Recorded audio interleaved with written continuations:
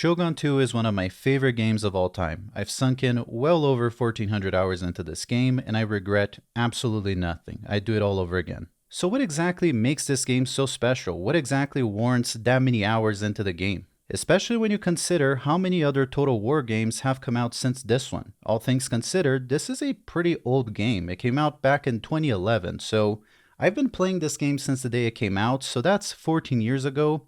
I've literally been playing this game for half of my life, dude. A little bit under half of my life. And it's not like I haven't tried out all their other games either. I really like Total War games and I've played every single one of them. In case you don't know, the Total War franchise is massive and they put out a lot of games. With that said, I don't want to go on a list of every single game they've ever made and compare them to this one, right? It's going to be too long of a video if I do that. I'd rather focus on just why I like this game and why I think you should play it. Except I will talk down to Three Kingdoms. I frickin' hate that game. So first thing that I've always found extremely impressive about this game is the way it looks. It's really gorgeous. Graphically, artistically, ever since this game came out, I've been fascinated by how nice it looks. To me, it's just absolutely mind-blowing that even when you compare this game to newer titles and newer games that come out, it's still really nice looking, even though it's a decade and a half old. And it's not just nice from a distance. You can really get in there with the camera, watch each individual soldier have these little duels and watch them do their thing,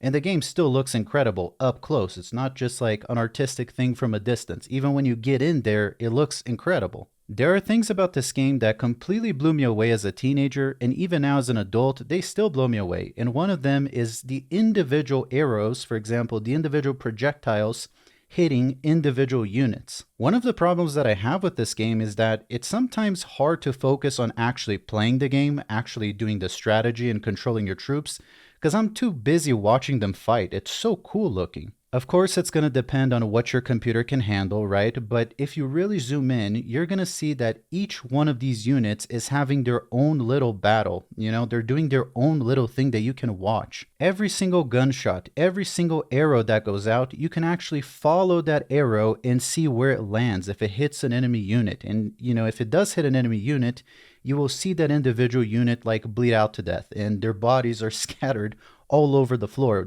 It's crazy the amount of bodies at once that could just be on the floor. It looks really gruesome. Sure, there's a couple things that might look a little bit cartoony, most notably for me that I don't love, it's the blood, but you can really turn it off. And when you compare it to the stuff that looks nice, like the fire and stuff like that, and that's a really small detail, especially when you consider, again, the game's like 14 years old, so I give them a massive break for any complaint. So what exactly do you do in Shogun 2? What's this game all about? Well, to be honest with you, it's hard to know where to even start. I've re-recorded this video now 3 times because every time I make this video, it goes on for like 2 hours. There's just so much to it, it's hard to know, again, where to even start with this. I think the best way that I can describe this game in a sentence is that it's a grand strategy, army management type of game. And I don't really think that that explanation is completely accurate or does justice to all that the game is. Like, if you've played Total War games before, you probably know what I'm talking about, but there's a lot more to it. First thing to note is that this game happens during medieval Japan. It's a historic game. All these different warlords were fighting each other for centuries to decide who was going to be the Shogun, the leader of Japan. And funny enough, as soon as they did that, the first thing they did was to invade Korea. I don't know, I always thought it was interesting or kind of funny that these guys spent so many years fighting each other, and when they're finally done, when Japan is finally unified, the first thing they do is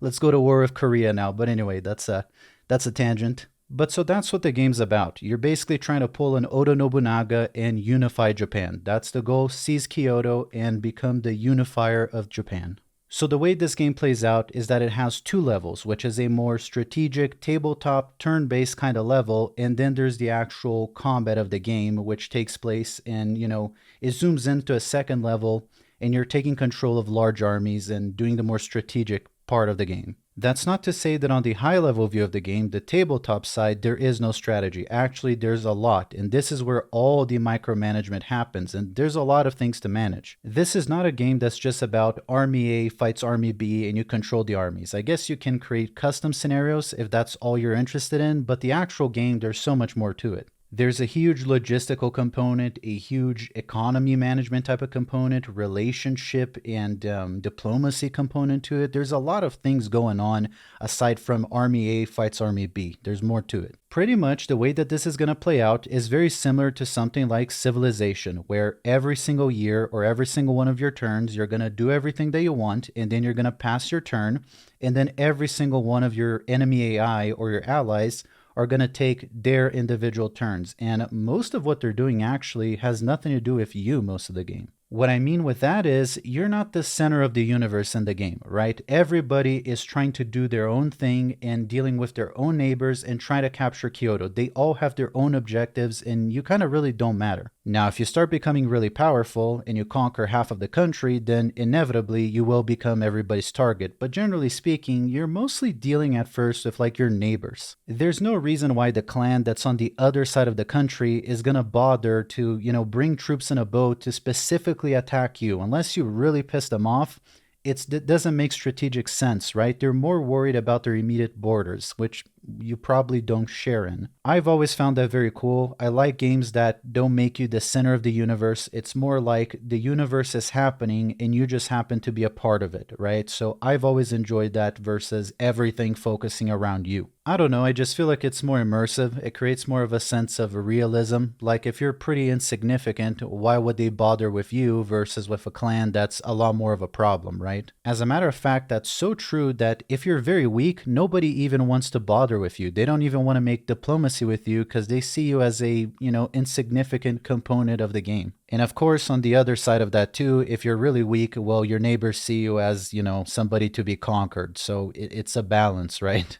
But anyway, what you're doing in this game is you're taking turns and managing your assets, managing your finances, your population, your armies, and your neighbors, basically, and your family. That's a huge component of it too, managing your family tree and your succession line and your generals. Okay, so what do I mean with that? Well, think of it like this. If you have an army, they gotta get paid, right? So the money's gotta come from somewhere. If you have an army, they gotta eat, so the food's gotta come from somewhere. It's not only your job just to manage the troops in the sense of strategic warfare, right? It's also your job to feed them. It's also your job to make sure they get paid. So you're taking care of the infrastructural part of the provinces in your clan also. So every turn you're kind of splitting your attention between diplomacy, like if you want to make trade agreements with your neighbors or maybe a peace treaty or establish alliances so it makes it harder to want to invade you, like having military alliances and things like that. You're managing your family, like I said, in your succession line because in this game you do die. Every single character in this game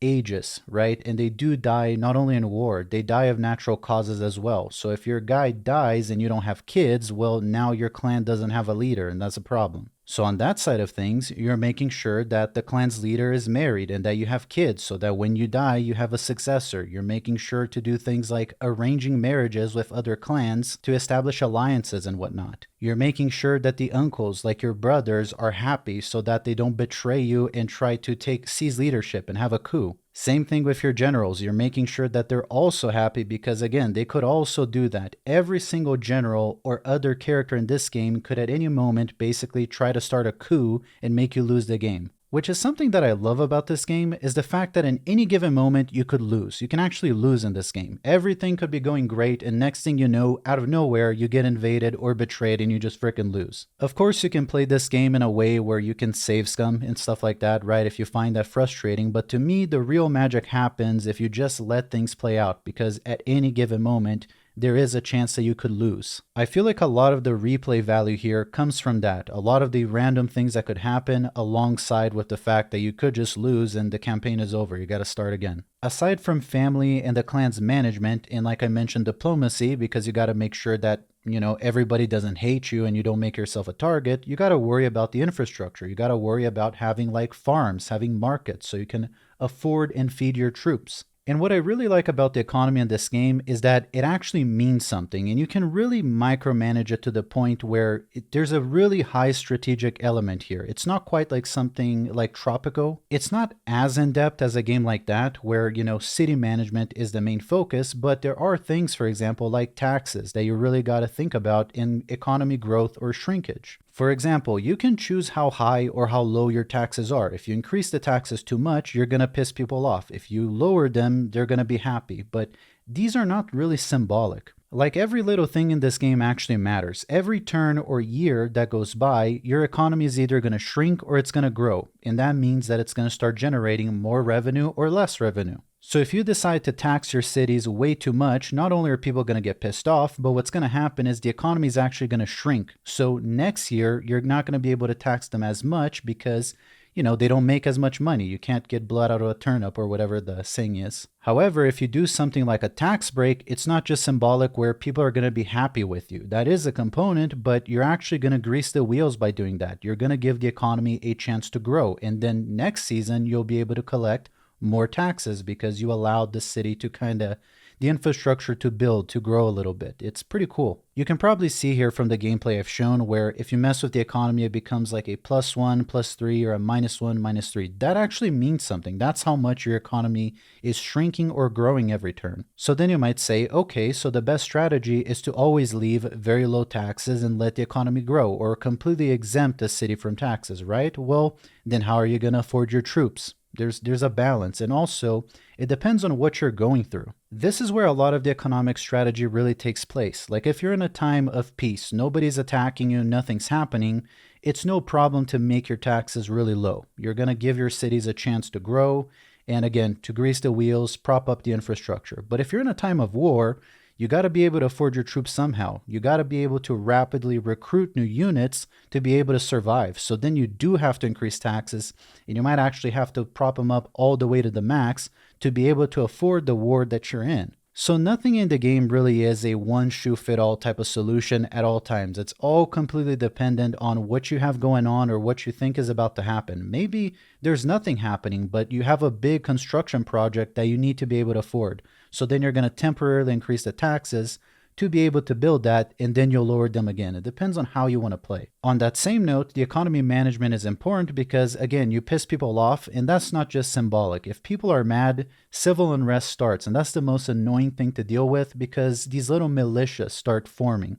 Like the people in your kingdom, the peasants are going to start getting mad with you because you're taxing them too much or whatever it is that you're doing. They're going to form these militias and they're going to start attacking you. And the problem is that your enemies or even your allies will see this as an opportunity to also attack you. Like if you have a neighbor that's keeping a close eye on you and you don't have a declared war, everything seems like it's fine, and all of a sudden you're dealing with all these internal problems and getting attacked by your own people, or your troops are deserting, because that's one thing that can happen. Your troops also get mad, or they could starve and leave you, or they could even get bribed by your enemies, right? They can actually get bought out. So if your enemy is noticing this stuff happening, they can see that as an opportunity to attack. And the AI is fairly smart and it'll notice and it will take advantage of that. So that's one of the aspects of what I mean by everything could be going great and then it's not. You might have a really strong army and then next thing you know, your crops don't do so well one season.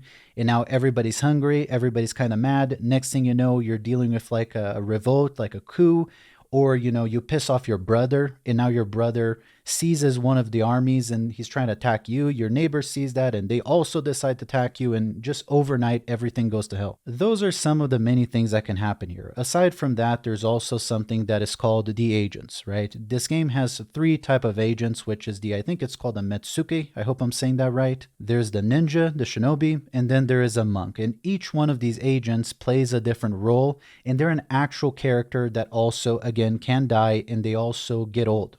Everybody in this game ages, and that's something you always have to be aware of because natural causes are a thing. They die. These agents, just like your generals and just like any character in this game, they have a skill tree, right? And the more experience that they get, they can do different things and you can shape them towards an area of focus, I guess. For example, one of the most notorious agents being the ninja, you can train him to be a really good assassin. But if that's not really important to you, you can make him be really good at sabotage, or you can make him a really good spy. The Metsuke, which is basically like a cop or a spy, I'm not sure what they're supposed to be, but that's basically what they do. That's your primary unit that apprehends enemy agents, right? He's usually the guy that's going to help capture enemy monks, ninjas, and things like that. So you can make him a really good cop, you can make him a really good spy, you can make him really good at bribing your enemies, and then same thing with the monk. The monk is somebody that inspires your armies, or demoralizes the enemy army, or cities as a matter of fact. You can actually send your monk behind enemy lines and have him start a freaking revolt in your neighbor's backyard type of thing. He can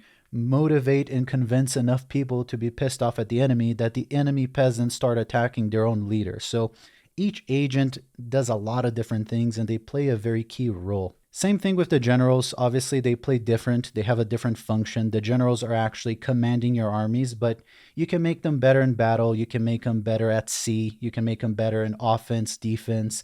You can make them better pathfinders. You can assign each one of your generals or brothers different titles. You can make them commissioners of warfare, commissioners of the economy, commissioners of infrastructure. The other thing you got to manage is your honor and their loyalty, and you do that by keeping them happy or by not doing dishonorable things, right? Generals will not respect a dishonorable daimyo, like a leader that goes in and loots every town that you take over.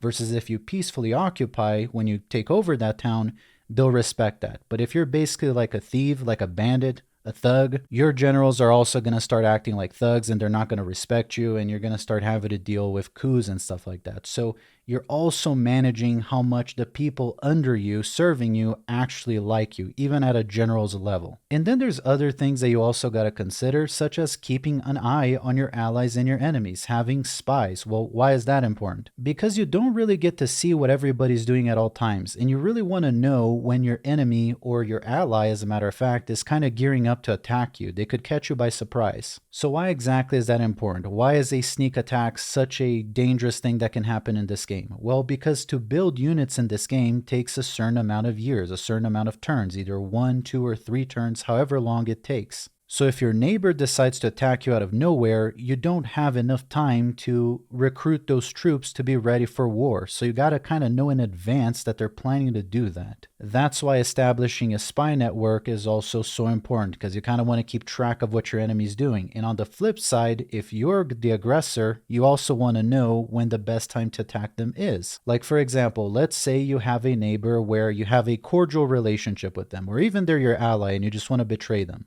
Generally speaking, this neighbor might be stronger than you. He controls more provinces and bigger armies, but out of nowhere, he decides to engage in a war with a guy across the map or whatever. And it just so happens that you have a spy watching him, and you notice that his main bulk of troops is going to war against somebody else, right? They leave their hometown and now there's nobody really defending the base. Well, that is probably a great opportunity for you to attack your neighbor, right? And you wouldn't have known that if you didn't have that established spy network. So that's also a component to keep in mind. And like I was saying at the beginning of the video, this is why it's been so hard to record this, is because it gets really wordy. We start getting really in the weeds of everything that matters, and I don't know how much of it is really relevant to the video or I'm over explaining. Okay, so we've discussed at length the management and infrastructural side of the game. What does the actual combat look like? Because it's about a 50-50, whether you're doing combat or you're doing economy management. Well, the combat is going to play one of two ways. And as a matter of fact, you don't really ever even have to engage with the combat if you don't want. You know, if you just want to play the game from this tabletop view the entire time, which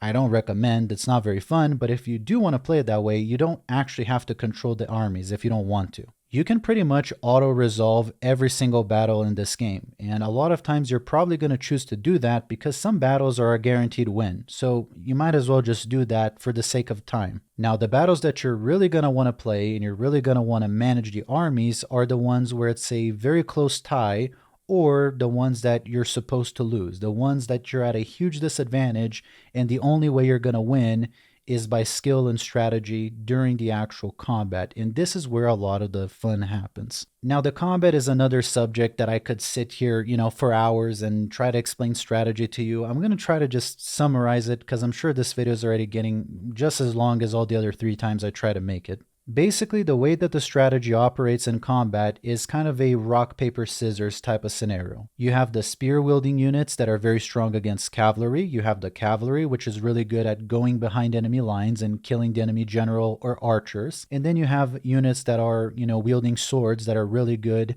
against the spear-wielding units. So each unit kind of counters each other, and then there's special units in there, like shinobis, like monks, and they all kind of have their own thing that they're good at and that they're weak against, and you gotta play around the rock, paper, scissors. So every battle in this game starts the same way, which is basically your general giving a speech and hyping everybody up, which translates to something along the lines of this. My God, I actually pity those poor bastards we're going up against. By God, I do. We're not just going to shoot the bastards. We're going to cut out their living guts and use them to grease the treads of our tanks. And then once your general is done hyping everybody up, you move into a unit placement type of phase where you can make different formations, or you can decide where you want each unit to start positioned. Whether you're defending or attacking is going to change how you want them positioned. Also your army composition. And then there's 3 types of battles that can happen in this game. One of them is the naval combat, which we haven't touched on yet, but we will. I actually like it a lot for this game. I know some people don't, but I think it's really good. And then you either have castle invasions or you have just straight up regular battles. Regular battles, you can probably imagine what that is. Army A attacks Army B and they just face each other center of the map, and that's like what happens. And then there's like siege battles, where it's going to be where you're attacking an enemy province, like trying to capture their castle, or you're being attacked and you're the one defending. Now in this game, being the aggressor or being the one defending plays a huge strategic component when it comes to the combat, and it's really going to change how you're going to approach things. Generally speaking, in my opinion, it is a lot better to be the one defending, because that forces the enemy to have to come to you. And if you have a castle, you can really kind of barricade in there and almost turtle. And if you have a lot of ranged units, that gives you a huge advantage, because the enemy doesn't get to just ram you with the cavalry. As a matter of fact, if they're attacking a castle, the cavalry is almost useless. And that's because, well, you know, a horse can't climb a castle. Your enemy has to actually physically climb into the castle or burn the gate and go in, right? So there's a delay before the enemy actually gets to attack you, unless you had a ninja sabotage the castle gates prior to combat. So again, a lot of little nuances to keep interjecting on what I'm saying. I'm sure I'm going to forget to talk about something. And that's why I say being the one defending the castle has a lot of advantage, because there's a delay before the time that the enemy can actually attack you. And in the meantime, you're just shooting them down, right? And that's one of my favorite things to watch, actually. I find that so fun. This game actually has guns in it. There's a point where you can accept weapons from the Europeans, and that is historically accurate, by the way. There is a point where samurai started using guns. I don't know, it just looks so cool to me. You have all these gunmen from inside of the castle, and as they're firing at the people invading, you can just see the smoke coming from out of the castle. And then the enemy has these bowmen, and they're shooting fire arrows into the castle. It just visually, that's what I was saying at the beginning. It's hard to actually not stop and watch what's going on, because it's so cool to just watch them fight. I don't know, man. Like I said, it's been 14 years, and watching them fight, watching these little duels that are going on all at once, it just never gets old, because it's not like the units have a health bar. Like, they do have a health bar, but as units deal damage to each other, they're not just numbers. You can actually see the units on each side dying and winning and losing different duels. Everybody's actually doing a thing. It's not just a health bar that goes down and when it's all the way to 0, the enemy dies. It's not like that. You can actually see each of the units dying or winning individual duels. As a matter of fact, even the general. You can actually zoom into combat and see your general in there, the one unit. He is surrounded by bodyguards, but he is a physical unit in the game, in the battle. As a matter of fact, that's something to consider, because your general could die even though he still has plenty of bodyguards, because he is an individual unit. So you might think, okay, everything's fine because I'm at a full health bar, right? All the bodyguards, everybody's still alive. And then one little arrow lands on your general and he dies. Well, now your general's dead. Even though you won, the general died. Even though the green bar is still filled, you still have 40 bodyguards, your general got shot by an arrow. Because again, he is an individual unit, and I find that really cool. In general, everything about the combat in this game just looks frickin' phenomenal. It's just so awesome to zoom in and watch everything happening. The amount of bodies on the floor, man, it can get pretty gruesome depending on the size of the army and depending on what your computer can handle.